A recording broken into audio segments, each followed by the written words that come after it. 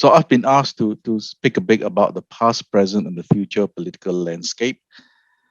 So what I've decided to do this afternoon is basically talk about not so much as in Sarawak politics, but really since this whole series of leadership seminars is about the future of Sarawak, as in the key challenges facing Sarawak, and why it's very important that the next generation take the lead in shaping the future of Sarawak. So when we look at the past and the present, I think it is quite clear that when you look at Sarawak's history, you can sort of divide it into four major areas. The first, obviously, is the Brunei era, and that was followed by 100 years of the Brooke era. And this was followed by a very short period when Sarawak was directly ruled by Whitehall in London. And in 63, Sarawak helped to form the Federation of Malaysia, together with North Borneo and Singapore. I think the key important takeaway from this, of course, is Sarawak's unit history. And the reason why the sense of being Sarawakian is so strong has got to do with the fact that the state has a very unique demography, a very unique culture, and a very unique range of languages. And people often forget that in terms of Sabah and Sarawak, we are actually very multiracial. We are also very multi-religious. And the easiest way to see that is if you look at the demographic figures for both states. I think the key question facing Sarawak in the 21st century or the year 2021 is that is Sarawak becoming more Malayan, or is Sarawak being able in the past half century retain its uniqueness? In some ways, we can argue that politics and political parties in Sarawak are still very much similar to the politics and political parties back in the 60s, because it is mostly personality driven. But the unique thing, of course, is that politics in Sarawak compared to politics in Malaya is that we are much more less driven by the racial angle.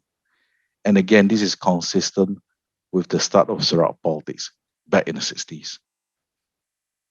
I think it is quite clear that even today, after half a century in the Malaysian Federation, Sarawak politics is driven by certain core beliefs. And one of the core beliefs, which I think is really, really important, is that in Sarawak, you will always require a coalition government of different races. There is no thinking about Sarawak's political elites that they can actually rule on their own. There's a strong sense that we have to accept that Sarawak is a very diverse place. Sarawak is really multiracial and also multi-religious. And there's also a very strong sense of Sarawak nationalism. So I think that is some of the key components of present Sarawak politics. Going very quickly towards the future, which I want to spend a bit of time talking on, I think it is quite clear, and even the opening speech by the chair of TSI has made it very clear that the world is changing at a very fast rate, in fact, the fastest in human history. The world today is very different even from 10 years ago. One of the problems with the world changing so fast is that it is no longer able to forecast accurately. So for example, while some people were talking about COVID-19, people are very surprised how fast that is spread throughout the world. And even issues like climate change, which has been around for the last 20 years, the change that we're seeing today is so rapid. We're seeing forest fires, major forest fires, in parts of the world that we've never seen before. And of course, the big changes taking place, almost revolutionary taking place in the field of artificial intelligence. On the wider geostrategy picture, of course, that in the last few years, everyone is talking about the rise of China. The question we should really be asking ourselves is that what does the rise of China mean for a state in the Federation of Malaysia, like Sarawak? My take is that the current political class that we see in Malaysia and the current model that we're seeing at the federal level is not able to cope with these changes, and that we really need a whole new generational change in terms of the way our political structure and process works in Malaysia. So I'll very quickly move on to the key challenges facing Sarawak. Of course, there are many, many challenges facing Sarawak, but I just want to concentrate on 4 areas which I think is immediate, and these 4 areas will have profound impact on Sarawak if we don't deal with it. The first is, of course, federal-state relations, very obvious, especially since 2008. The second area, again, fairly obvious. We need to look at the issue of education. The third is the economy. And the fourth one is something that people don't often talk about, which is the challenge of identity politics. Now, the first one, federal-state relations. It is obvious that you don't even have to go to social media, but talking to people throughout Sarawak, there's a strong grievance, a strong sense that something is very wrong with federal-state relations as it pertains to MA63. We all know that MA63, especially the 20 points, are a major source of grievances. But for a very long time, I'll make the argument that the federal government is not very serious about dealing with these grievances, and I'll go through reasons shortly, and that the federal government really only took an interest in federal-state relationships, especially the grievance part after 2008. I think one of the questions that I'm often asked about is that what do Sarawakians want? And I think the answer is fairly obvious. The majority, the mainstream Sarawakians want as much autonomy as possible from the federal government. As I mentioned earlier, the federal government started taking a real interest in MA63 issues or the grievances from 2008 onwards. The reason is, in 2008, Barisan Nasional would have fallen from power if they did not get the support of the MPs from Sabah and Sarawak. So for the very first time, they realized that if we don't get our act together and deal with the grievances of the people of East Malaysia or the people from Sabah and Sarawak, we will have real problems on our hand. There was even a possibility that Barisan Nasional would have fallen out of power. So that was the reason why you see that when Najib came in, Malaysia Day was made into public holiday. It was also a time when a record number of politicians from Sabah and Sarawak were appointed into the federal cabinet. More than 20 became ministers and deputy ministers. And also for the very first time since the Malaysian Federation was formed in 63, that you find that the Speaker of Parliament and both the deputies were from Sabah and Sarawak. It was also the first time that you saw the setup of a federal cabinet committee that tried to deal with the grievances. But of course, we know that no report was issued, even though the committee sat a couple of times. Fast forward to 2018, when Pakatan Harapan got into power. And what was unique in terms of the MA63 grievances was that for the very first time since independence, Sabah and Sarawak became a key agenda in terms of coalition politics. This was very clear when you look at the Pakatan Harapan manifesto. One out of its 5 key pillars dealt with Sabah and Sarawak. And when they got into government, one of the first things they did, of course, was they set up another committee, Federal Cabinet Committee, under the late V.K. Liew, the law minister from Sabah. Ultimately, they mentioned that 17 out of 21 issues were resolved, but these were mainly administrative issues. They did not really deal with the substance of MA63.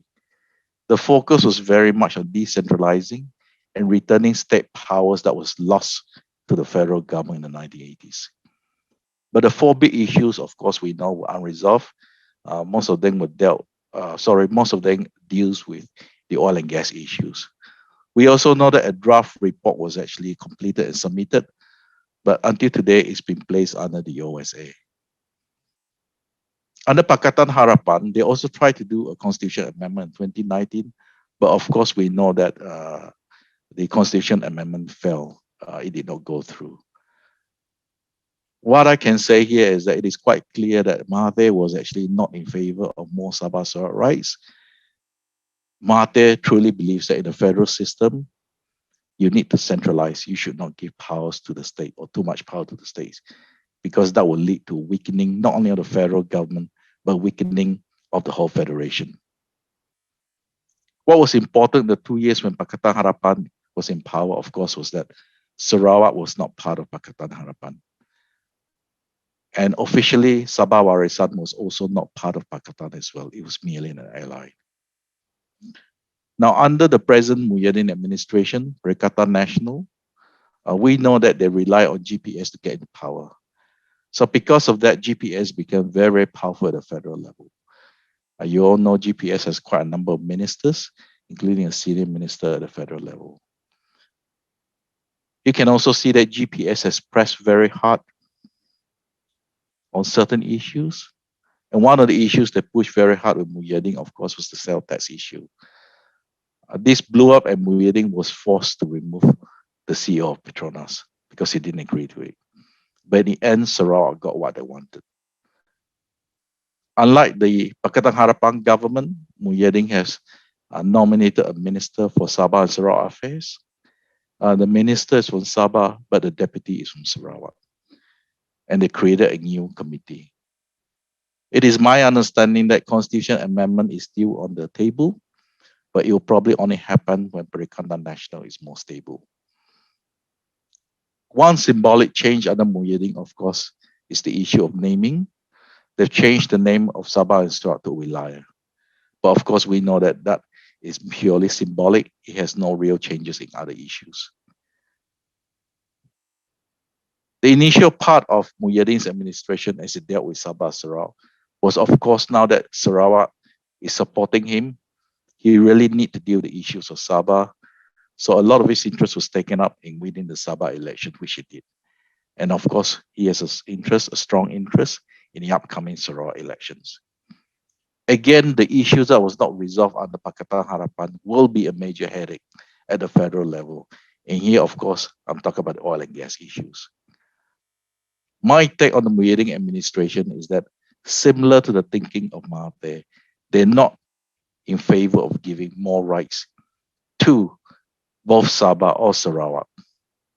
Because again, the thinking among the Malay political establishment in Malaya is that this will weaken the federation.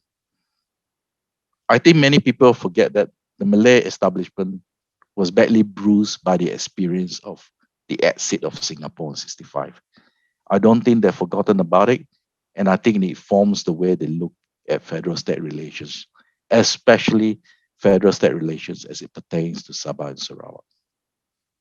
At the present moment, it is quite clear that you can't expect Muhyiddin to do much, or any of the Malay political establishment in Malaya to think about Sabah and Sarawak, simply because they're obsessed with fighting among themselves.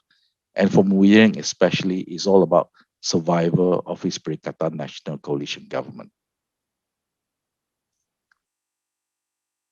In terms of the second issue, education, I'll start by saying that we have seen really, really rapid and big changes in education in the last 2 decades. So previously, say 20, 30 years ago, the big divide in education was, of course, people who attended the government school, people who attended the so-called Chinese Indian government schools or the private Indian and Chinese schools, and students who attended the government religious schools. Today, the landscape is much, much more different. You still have the government school, you still have the government and Indian aided schools, both government and private. You still have the religious schools. But what has happened in the last 15 years is that you get a lot of private madrasas coming up. And a whole lot of private schools have been built in Malaysia in the last 10 years. Some of that actually do the international curriculum. And of course, the big change at the lower level is also reflected at the tertiary level. Now you have a lot of private universities. Of course, they start off with twinning programs, but some of them became independent private universities in Malaysia. And of course, you also have a separate category, the FBC, foreign branch campuses. Now, in terms of the trends with private education or education as a whole, you can see that there's a big move, especially in the last 5 years, with a lot of people moving towards private institutions, especially at the tertiary level. So the end result is that we have much more divisions now. We not only have the division between rural urban schools, we also have a division between government and private schools. But a big division that we're facing now is that almost all the private universities or tertiary institutions use the English language as the medium of education, while the government use a mixture of Bahasa Melayu and English. Now, the reason why this is a political issue, of course, is that in Malaysia, everything have ethnic overtones, because the general perception is that almost all Malay students go to government-funded institutions, while non-Malay go to private institutions. I'm here to tell you this is no longer the case. In the urban areas, you'll find that increasingly the Malay middle class are also turning to private institutions. The really sad thing, of course, is that if you look at the education league tables internationally, you find that the government reforms in the education arena, especially at the primary school and the secondary school level, has largely been a failure. If you compare the standards of Malaysian students in things like science and mathematics, we have really, really fallen behind. But of course, there are some good news. The good news is that the old divide between the Chinese school graduates and others have largely disappeared, because most of the Chinese school graduates now have studied Bahasa Melayu at the secondary school level, and they've switched to the English system at the tertiary level. The other good news, I suppose, is that dialects have taken a backward, and almost the entire Chinese community in the last 30 years, because of the Chinese school system, Mandarin is now overriding all dialects. So I just want to give you some numbers very quickly. Most people do not realize how big private education is in Malaysia. So right now, there's about 287 international schools in Malaysia. 287. More than half of them are located in the Klang Valley. But even in Sarawak, if you look around, Kuching along has about 4 or 5 private international schools. They are enrolling more than 100,000 students. If you check the statistics from Ministry of Education, they'll tell you that 43% of growth was found in the past 6 years. 6 years ago, there was only 96 private international schools in Malaysia. The fees are not cheap. The cheapest one was about 9,000 ringgit a year, while the most expensive one goes all the way up to 60,000 a year. At the tertiary level, the university level, there are 21 public tertiary institutions, but there are 47 private institutions, 10 foreign branch campuses, and of course, there's 100 more colleges. So that gives you an idea of the profound change in the education landscape. And this leads me to the final point about education.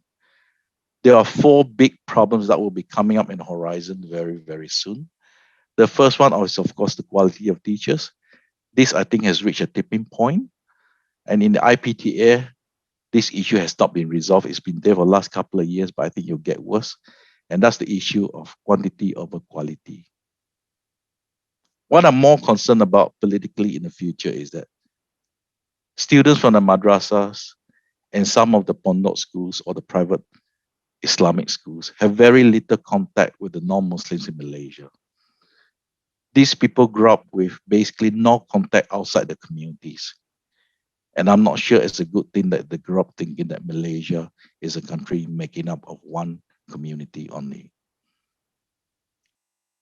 The other problem with a shift towards private education is that there's a very strong argument that can be made is that these students will have no common outlook, because students who pursue private education will have a completely different outlook and a different set of skills. And that leads me to the next point. You can make a very strong argument that because of the nature of private education taking off in Malaysia, you can argue that it will actually reinforce the class and ethnic differences in Malaysia. In other words, you're building up more walls than taking out walls between the different communities and classes. I'll quickly move on to the next big issue, education, in the economy. In terms of the economy, I think we're facing 3 big issues in the coming years. The first is something that people have been talking about for the last few years. The middle income trap is still there, hasn't been resolved. Income inequality, this comes up almost every year. And of course, brain drain. The new economic model that was introduced by Najib back in 2009, that was supposed to help Malaysia move out of the middle income trap.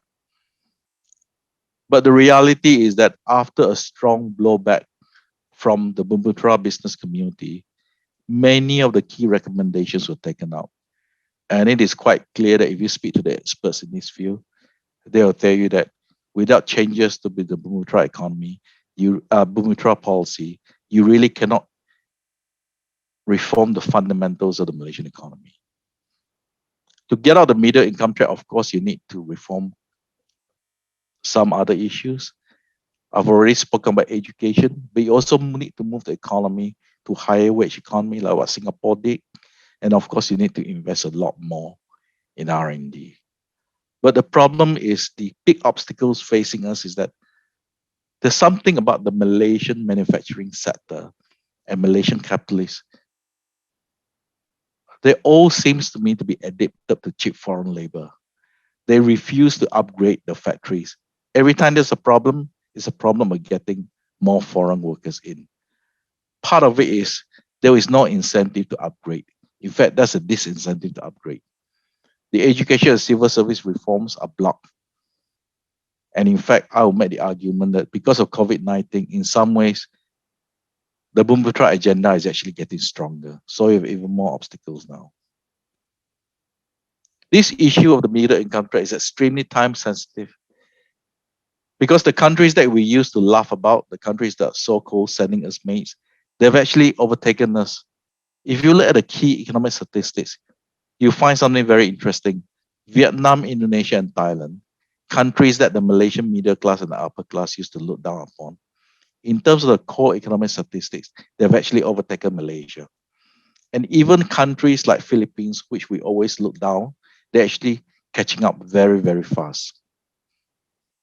In terms of income equality, I don't have to go into details because I'm sure you all know about it. Malaysia's Gini coefficient in 2019 was about 0.4. It hasn't really moved much. It was about 0.4142 for about 10 years. The big problem now is that we have inequality within the major ethnic groups and within the urban rural areas. In 2019, the latest figure released by the government, the top 20% share of income was almost half. The middle class got about 38%, but the bottom 40, the B40 group, they only receive 16% of the income. Now, this is a major, major problem in Malaysia because to reform it, it will be very, very difficult because income inequality is now used as a political weapon. And in some ways, it's clouded the issue because to me, the real issue is not really income. It is really about the lack of quality education, which leads to better skills and high-paying jobs. A survey done in 1982 by the World Bank shows that for the period 1982-2012, 60% of the workforce actually only holds SPM qualifications. The number of people who actually stay in the workforce with a tertiary degree is only hovering around 10%. And of course, we know that income inequality is also linked to the wider picture of crony capitalism, corruption, opportunities, and racial politics, because it leads to consolidation of wealth, especially among the Malay top 20. Brain drain is, of course, something that we hear about all the time every year, especially during the time when the SPM result comes out. People complain that the best students don't get the courses they get into. A lot of the non-Malays, if they don't get the courses they get to, or they're poached by the ASEAN scholarships from Singapore. The famous World Bank study says that 1 million professionals have left Malaysia. But if you speak to people who work in this field, they'll tell you that the figure is probably closer to 2 million. One of the reasons why we do not know the actual number is because the Malaysian government does not keep track of people who have left Malaysia. One can really guess, and I think it's a very good guess, and based on the work done by the World Bank, that it is the most educated and the productive segment of the Malaysian community that's left Malaysia. And the general consensus is that 80% of those who have left are from non-Malay community. Other figures or credible studies I've seen says that there's been a rise in 300% of Malaysians moving out in the last 2 decades. And one of the unusual things is that the number of people who apply migration visas jump just before and after every general election. And of course, we know that the country that benefits the most is Singapore. I mean, the joke in Singapore, of course, is that Singapore is super prosperous because it was built by Malaysians. And certain key countries in the West are also the major beneficiaries of this brain drain. One of the interesting things that's slowly coming out, of course, is that will China in the future be a beneficiary of this brain drain? Because increasingly, a lot of Chinese educated professionals are heading towards China. They do not want to go to Taiwan. They do not want to go to Hong Kong. They want to straight and start a career in China. In terms of the trends, I think it's quite clear that we've reached the critical stage. More people are leaving Malaysia at a faster rate. And one of the really, really interesting things is that many Malay professionals are actually leaving. In terms of Sarawak, you can see that we have reached a critical stage. I think a lot of young professionals from Sarawak has actually left. But in terms of destination, the majority of them are actually heading towards the Klang Valley and Singapore. And you can see that there's a huge Sarawak community living in JB but working in Singapore.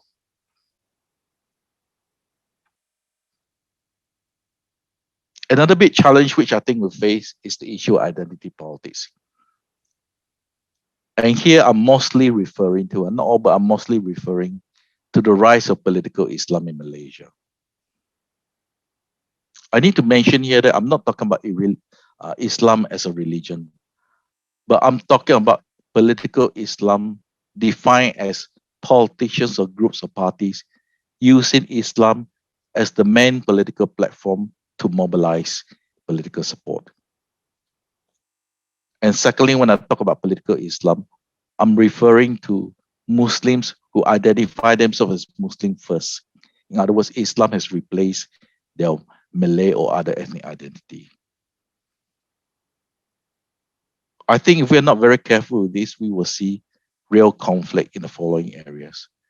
The first is, of course, this idea of Islam must be used to dominate over the non-Muslims in Malaysia. Secondly, there's also a lot of disagreements and a lot of arguments among the Muslim community itself.